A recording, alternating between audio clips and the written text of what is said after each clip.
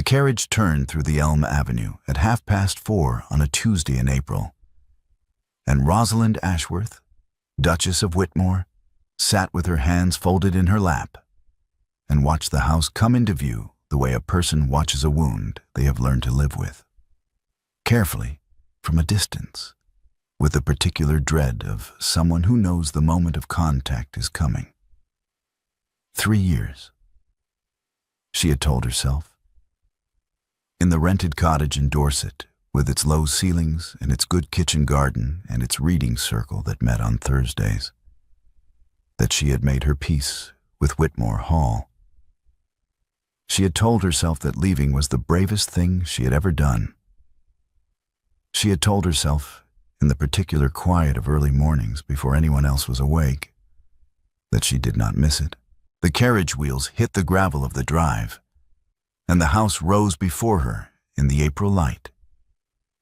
Every window where she remembered it, every stone unchanged, and the 3 years of careful telling collapsed in a single breath.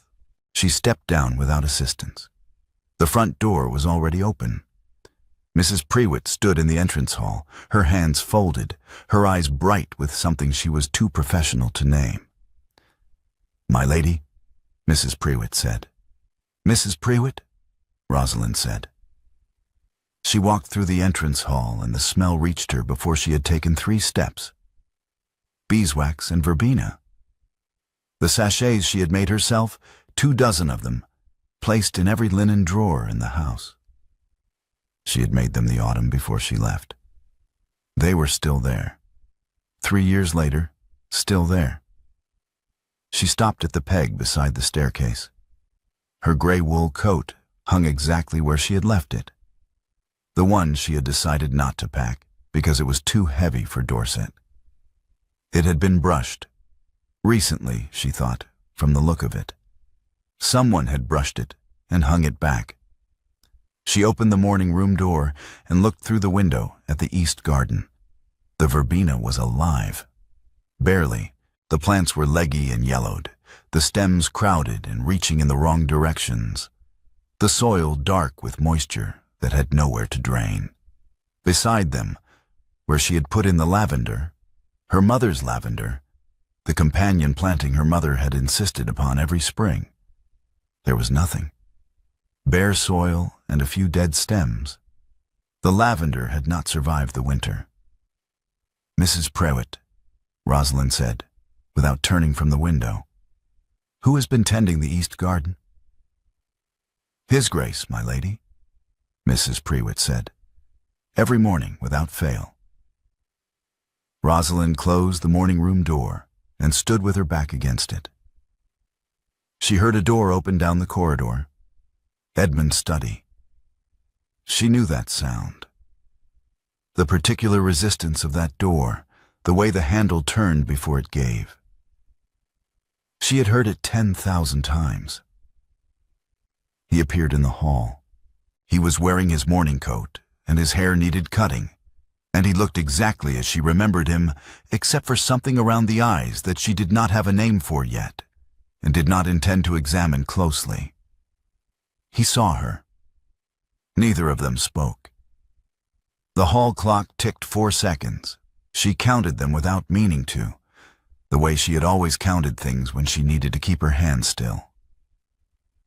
"Rosalind," he said. "Edmund," she said. He looked at her the way a man looks at something he has been trying to remember the exact shape of for 3 years and is now discovering he had it right. "Philip said Tuesday," he said. "It is Tuesday," she said. He stood in the center of his own entrance hall with his hands at his sides, and she looked past him at the morning room door, and then back at the coat on the peg, and then at the hall table where a breakfast setting had been laid for 2. She could see it through the open dining room door, the second place, the second cup, set as though she had only stepped out for the morning.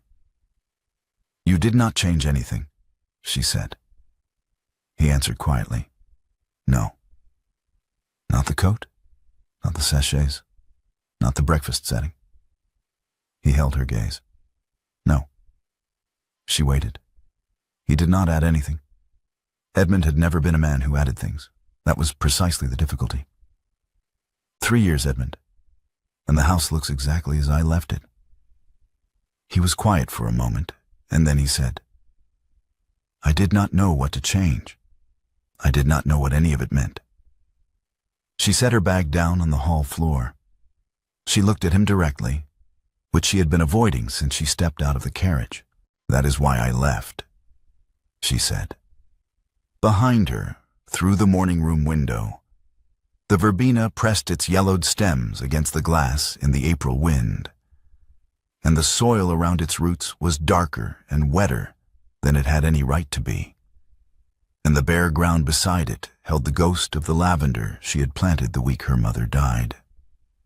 Mrs. Prewitt carried Rosalind's trunk upstairs herself, which was entirely unnecessary and entirely characteristic. And on the first landing she said, with the careful precision of a woman choosing each word like a stone for a path across uncertain ground, I should mention, my lady, that the county has understood you to be visiting family in Dorset these 3 years. Rosalind stopped on the stair. Visiting family, she said. Your aunt, my lady, in the general understanding. Rosalind turned to look at her housekeeper. Mrs. Prewitt met her gaze with the steady expression of a woman who had been managing the consequences of other people's decisions for 30 years and had developed considerable patience for the process. And what does the county believe about why I have returned? Rosalind asked. For your brother's wedding, my lady, Mrs. Prewitt said. As is entirely expected, there has been that is to say, there are no questions. No questions, Rosalind repeated. No, my lady, Mrs. Prewitt said. Rosalind turned back to the stairs and continued upward, and Mrs. Prewitt followed, and neither of them said anything further until they reached the bedroom door. The room was exactly as she had left it. The hairbrush on the vanity, her silver-backed hairbrush, the one with the initials her mother had given her at her wedding, sat in precisely the position she had set it down in the morning, before she left. The book on the bedside table was still marked at page 112, which was where she had stopped reading the night of the midsummer ball, because after midnight she had not been capable of anything as steady as reading. The curtains were the same. The coverlet was the same. The chair by the window still held the shawl she had decided not to pack, because she had packed it, and then taken it out again, and then left it, because she had needed to make a decision and stop. Rosalind stood at the bedroom window and looked down at the east garden. From here she could see the full extent of it. The verbena in its crowded, yellowing rows. The bare soil where the lavender had been. The path she had laid out herself with stones from the south field, still there, still straight. Mrs. Prewitt, she said. My lady, Mrs. Prewitt answered. I will stay through the wedding, for Philip's sake. Yes, my lady. I will require the guest room to be prepared for Miss Harriet's mother when she arrives on Thursday. The east-facing room, not the one above the kitchen. The chimney in that one draws badly. I'll see to it this afternoon, my lady. And I will need the kitchen menus for the week. The florist will need to be contacted by tomorrow morning. Of course, my lady. Rosalind put her fingers on the cold glass of the window. Below, the verbena moved in the wind, leggy and reaching. Mrs. Prewitt, she said, who has been watering the east garden every morning? There was a brief pause. His Grace waters it himself, my lady, Mrs. Prewitt said. He will not have anyone else touch it. Rosalind did not respond to this. She kept her eyes on the struggling plants below and said nothing, and Mrs. Prewitt, who had worked for the Whitmore household for 22 years and understood the particular silences of the people in it, set the trunk down quietly and left the room. Philip arrived at Whitmore the following morning in a state of barely contained anxiety that expressed itself as cheerfulness, which was a family trait Rosalind recognized from their father and had never found particularly useful. "Rosalind," he said, finding her in the morning room with a cup of tea and the florist's catalog. "You look well. You look formidable. Is that a new coat?" "It is not," she said. "Sit down, Philip. You are making the room smaller." He sat. He was 24 and handsome and genuinely kind, which was a combination Rosalind had always found slightly miraculous. And she loved him with the particular fierceness of an older sister who has watched a younger brother grow up well against the odds. "I need to ask you something," he said. "You need me to manage the wedding arrangements," she said. "The flowers, the seating, the kitchen. Harriet's family is particular, and you trust no one else." He stared at her. "I was going to lead up to that," he said. "I know," she said. "The answer is yes. Give me the Fenton family's requirements, and I will have a plan by this afternoon." He exhaled, and the relief on his face was so complete and so transparent that she had to look back at the catalog to avoid being moved by it. "Thank you," he said. "Rosalind, thank you." She began her lists. By early afternoon, she had filled 4 pages, and she went to the east garden to think through the flower arrangements, because she had always thought better outdoors, and because she told herself it had nothing to do with anything else. Edmund was there. He was crouched beside the verbena with a pair of scissors. Kitchen scissors, she noted, not the garden shears from the tool shed, which told her everything she needed to know about the state of the tool shed. And he was cutting at the stems with a grip that pressed the blades together rather than sliding them, crushing the tissue instead of cutting it cleanly. She watched him for a moment. He had not heard her on the gravel path. He was frowning at the plant with the concentrated expression of a man attempting something he knows he is not doing correctly, but has no one to ask. She walked forward and put her hand over his on the scissors. He went still. She felt his fingers under hers, the warmth of them, the slight roughness of a man who had been doing his own garden work for 3 years without gloves.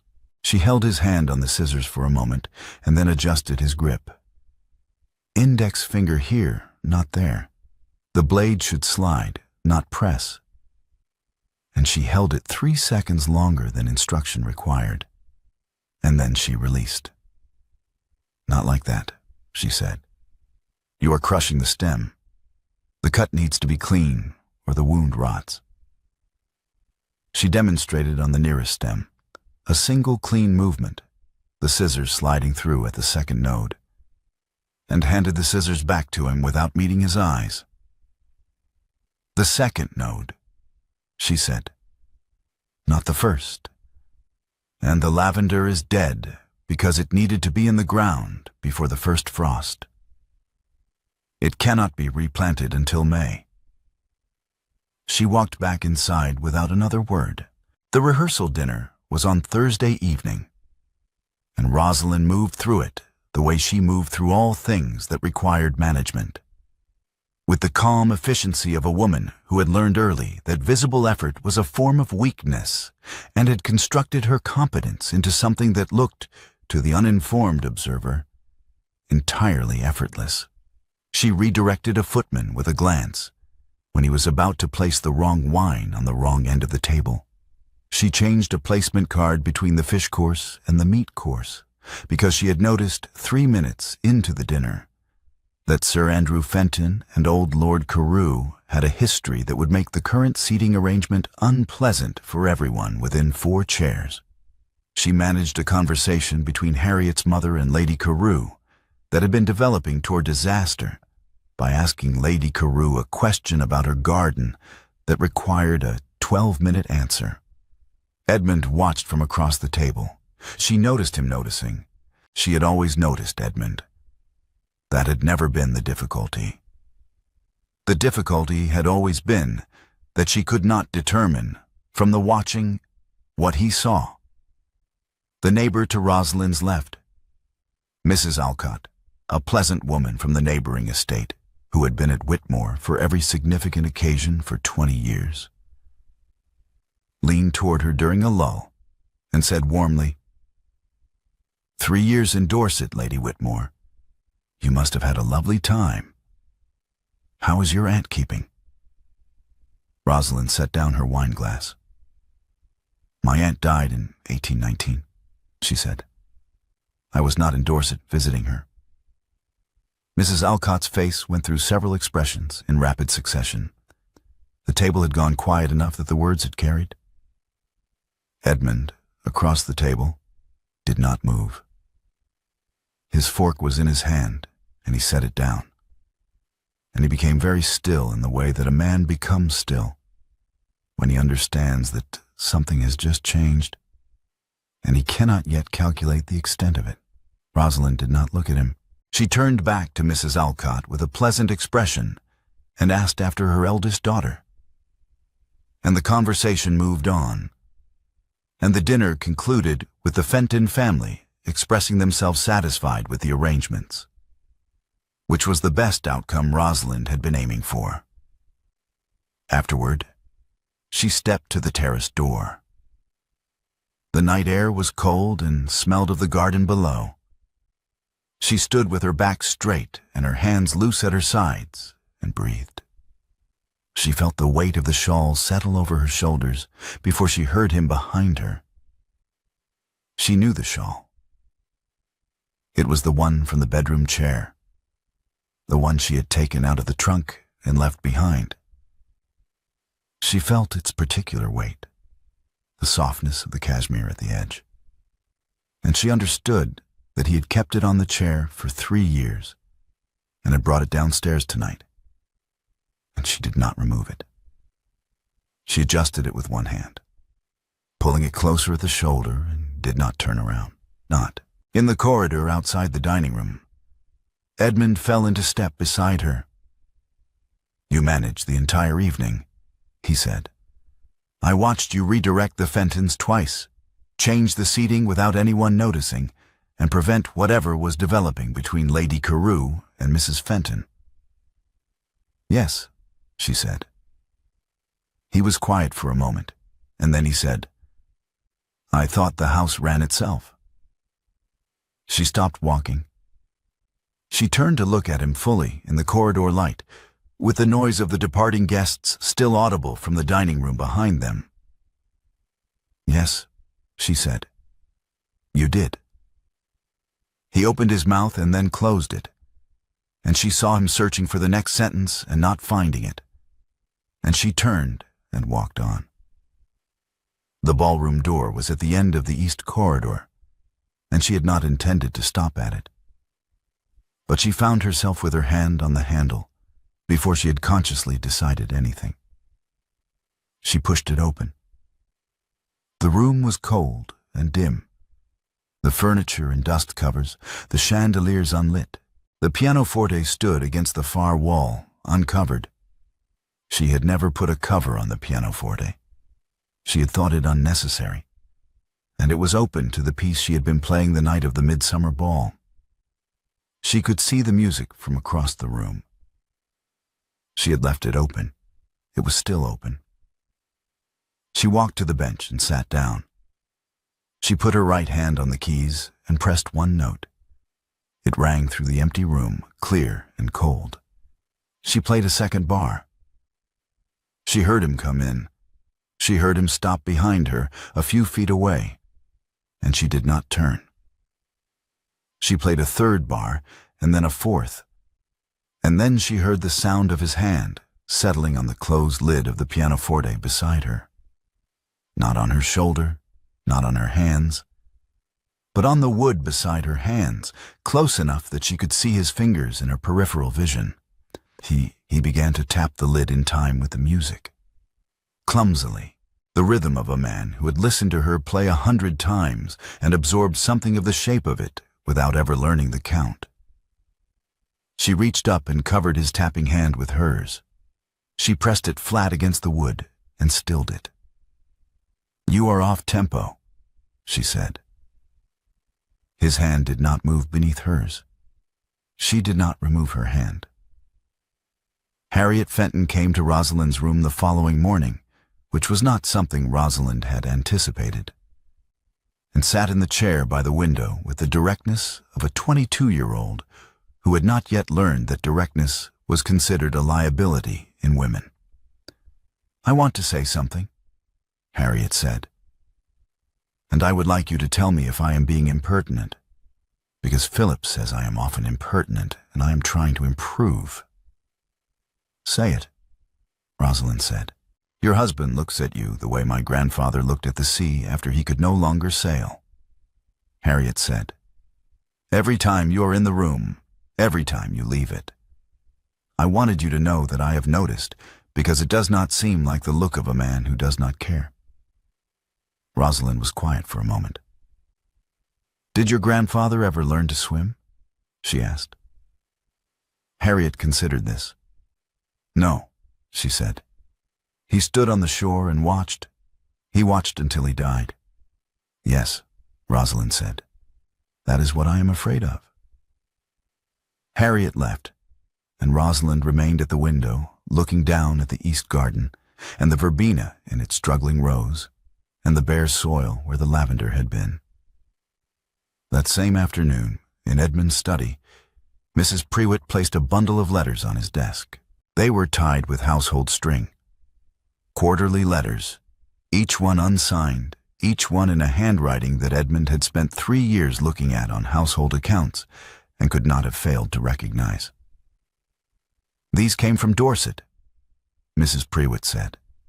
"Quarterly, over 3 years. Instructions for the roof repair in the second winter, the kitchen stores before the hard January, the tenant Christmas baskets each year. She managed this house from Dorset, Your Grace, every quarter without signing her name." Edmund picked up the first letter. He read it. He put it down and picked up the second. "She left me," he said. It was not quite a question. "She left you," Mrs. Prewitt said. "She did not leave this place. I have been trying to understand, for 3 years, whether you knew the difference." He read all 12 letters. It took him an hour. At dusk, he found Rosalind in the east garden, standing at the edge of the verbena bed with her hands in her coat pockets, looking at the bare ground where the lavender had been. "You sent instructions to Mrs. Prewitt," he said, "for 3 years." She did not turn. "Yes." "The roof, the stores, the tenant baskets?" Her voice was steady. "Yes." "Unsigned?" She kept her eyes on the garden. "Yes."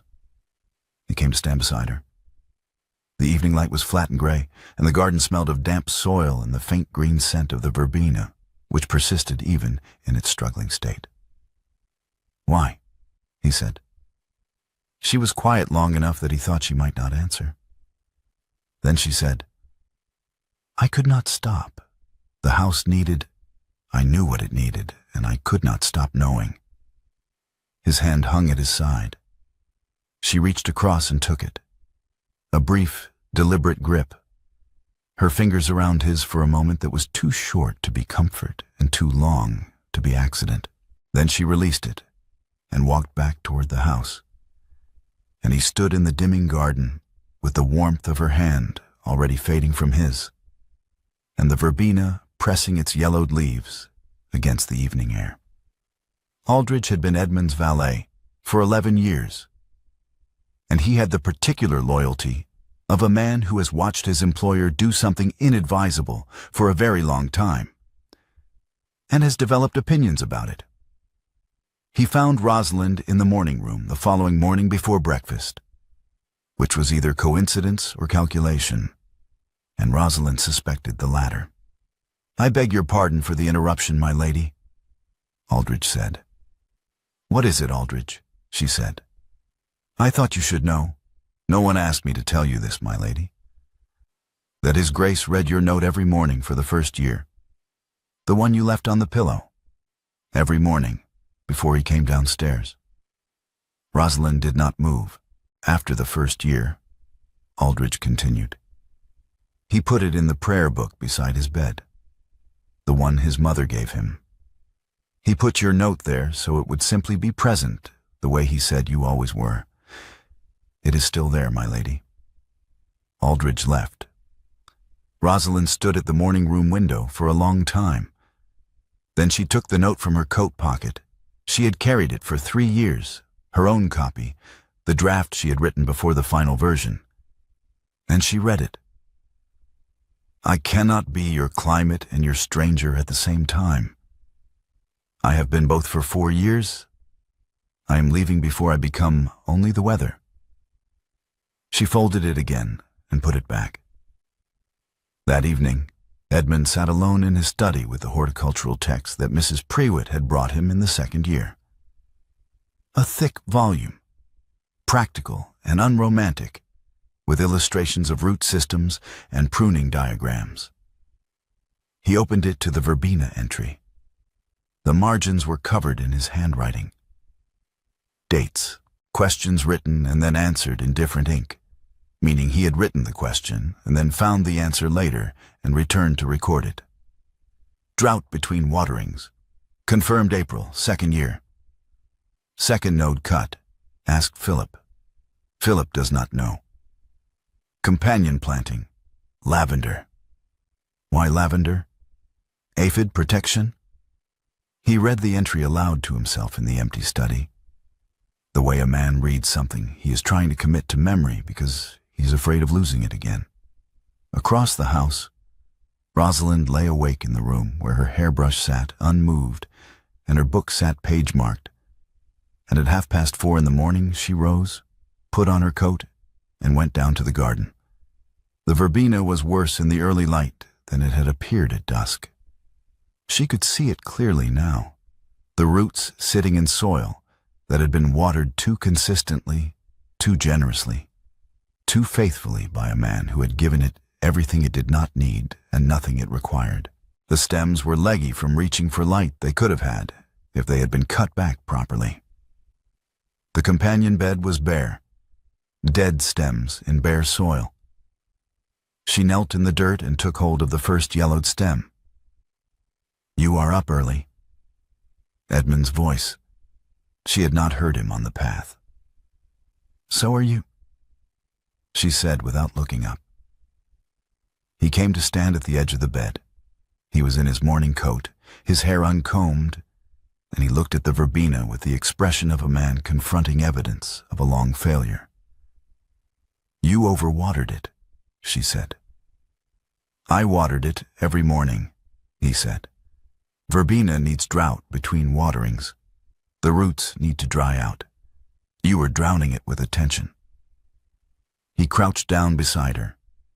She continued working, pulling the worst of the yellowed stems, pressing the soil back where it had been waterlogged. You killed the lavender, she said. I did not know it was lavender, he said. It was planted beside the verbena. They grow together. My mother always planted them together. I did not know that either, he said. She sat back on her heels and looked at the bare ground where the companion plants had been. Her hands were already dark with soil. You told the county I was visiting my aunt, she said. He did not answer immediately. She turned to look at him. Yes, he said. You erased it. I walked out of this house at 4 in the morning. I packed one trunk. I left you a note on the pillow. I made the most difficult decision of my life. And you told people I had gone for an extended visit. You turned the only brave thing I ever did into a holiday. I could not say you left, he said. Saying it made it real. It was real, Edmund. She pulled a dead stem from the soil, and the roots came up with it, black and rotted from the constant moisture. 3 years. A cottage with one maid. A kitchen garden I built from bare ground. A reading circle. A school where I taught French to farmers' daughters on Wednesday afternoons. A life. And you told people I was visiting family. as if I had gone for tea and simply lost track of time. I was ashamed, he said. Of me? Of myself. He was quiet for a moment. When he spoke again, the words came the way words came from Edmund. One at a time, each one costing him something she could hear. Of being a man whose wife left, and who could not explain why. Because explaining why meant saying that I did not know what she had planted in the East Garden, and that sentence is the most damning thing a husband can say. She did not respond. She kept working. He stayed crouched beside her in the cold morning light, in his good coat, in the dirt. Mrs. Prewitt told me about the letters, he said. I know, she said. She told me you read my note every morning. Then we are both exposed, he said. She gripped the trowel. What letters? Unsigned, quarterly, your handwriting, the roof, the kitchen, the tenant baskets. You managed this house from Dorset for 3 years, Rosalind. She had not intended him to know. She felt the particular discomfort of a private act made public. The same discomfort, she thought, that he must feel about the note in the prayer book. I could not stop, she said. The house needed. I knew what it needed. You left me, but you could not leave the house, he said. That is what Mrs. Prewitt said. Mrs. Prewitt talks too much. She said you left because I never understood the difference between the house and you. The trowel went still in her hands. There is no difference, she said. That is what you still do not see. The house, the garden, the seating charts, the quarterly letters, the tenant Christmas baskets. That was not administration. That was not duty. That was me. Every system I built in this house, every arrangement I made, every plant I put in the ground, that was how I loved you. And you walked through it every day, like a man walking through weather. You felt it. You were warmer for it. You never once looked up to see where it came from. He was silent. The light was strengthening. The birds had started in the elms. What do you want, Rosalind? He said. Not what the house needs. Not what Philip needs. Not what the county expects. What do you want? She looked at him. No ballroom. No audience. No glass raised in her direction across a crowded room. I want to be known, she said. Not admired, not managed, not preserved, known. I want someone who can tell me what I planted in this garden without being told. I want someone who knows why I planted it. He held her gaze, and then he began to speak. Verbena, he said. Because your mother died in April, the 14th of April, 1820, and verbena was her remedy for headaches. She kept it in the still room. You planted it here in the east bed, where you could see it from the morning room window. So it would be the first thing you saw in the morning during the month she died. The lavender was companion planting. Your mother grew them together because lavender keeps the aphids from the verbena.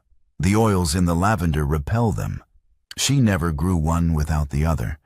You planted them together because she would have. Rosalind's hands went still in the soil.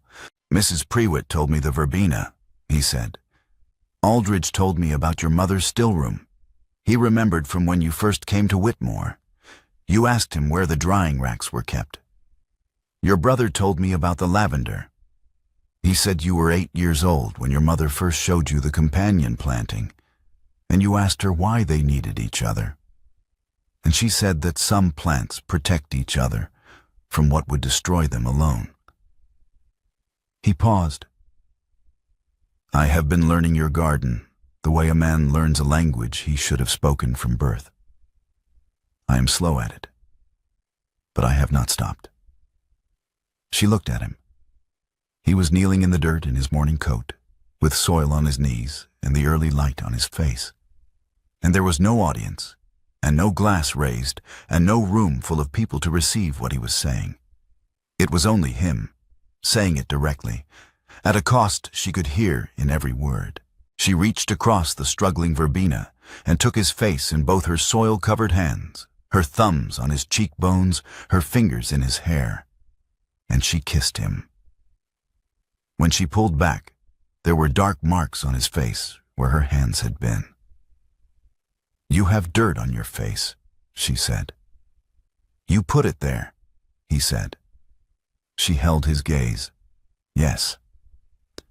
They stayed in the garden while the light came up over the elms she had planted in the second year, and the verbena pressed its yellowed leaves toward the strengthening sun, and the bare soil beside it waited for what would be put back. The Whitmore chapel held 40 guests, and Philip and Harriet were married on Saturday morning in April sunshine that came through the south windows and made the stone floor look like water.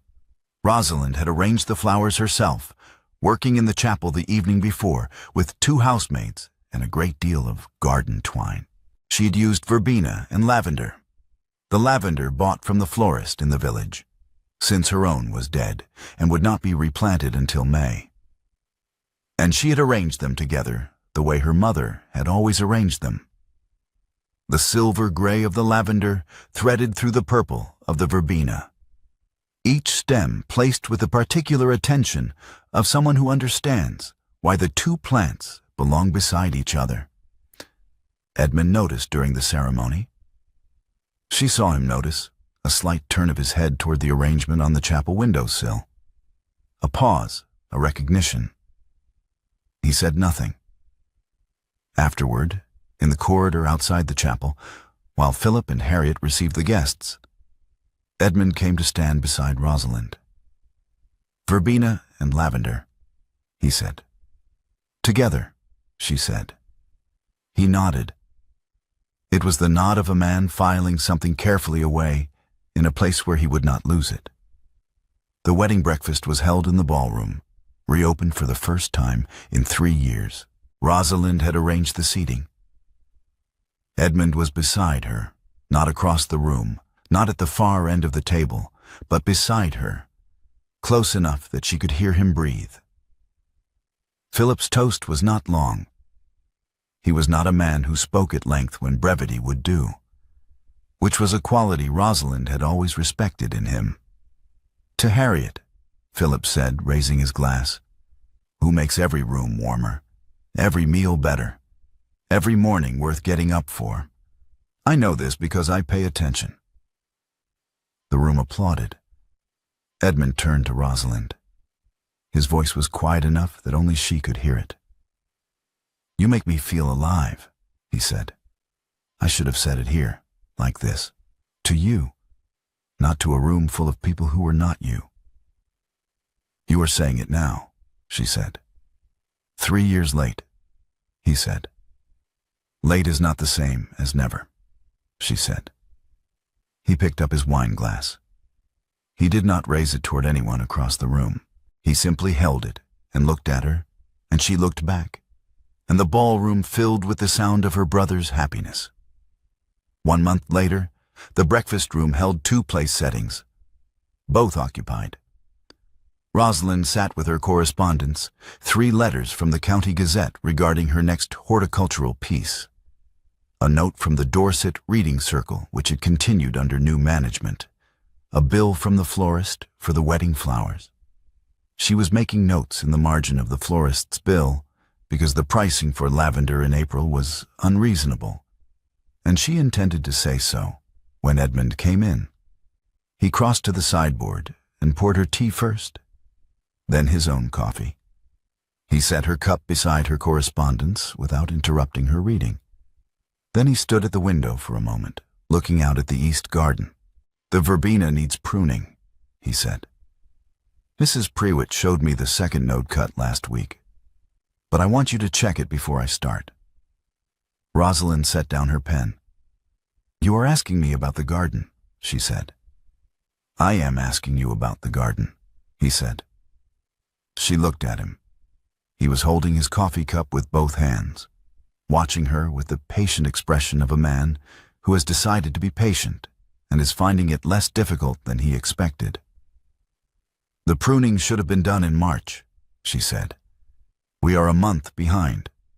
We will cut back to the second node and remove anything that is still yellowing at the base. I will show you the difference between a healthy stem and one that needs to come out." "Thank you," he said. "Edmund." His eyes met hers. "Yes. The south chimney draws badly in cold weather. Aldridge should arrange the sweep before November." He set down his coffee and went to the writing desk by the door. He took out a small notebook. She had not seen it before. It was new. And he wrote it down. "The sweep," he said, writing. "Before November." "You never used to write things down," she said. "I never used to understand that they mattered," he said. He put the notebook back and returned to the table and sat down. And Rosalind picked up her pen and returned to the florist's bill. And the breakfast room held the ordinary sounds of a morning. The scratch of her pen, the clink of his cup, the sound of the garden through the window. Outside, the verbena had been cut back properly. The new growth was already coming, small and green and close to the stem, the way verbena grew when it had been given what it needed, instead of what seemed most like care. Beside it, in the companion bed, the lavender had been replanted. The new shoots were small and silver-gray in the April light, pressing upward through the dark soil, growing toward the verbena the way her mother had always said they would. Each one stronger for the presence of the other, each one protecting what the other could not protect alone. Two people at a breakfast table, the same window, the same morning room view. Everything changed.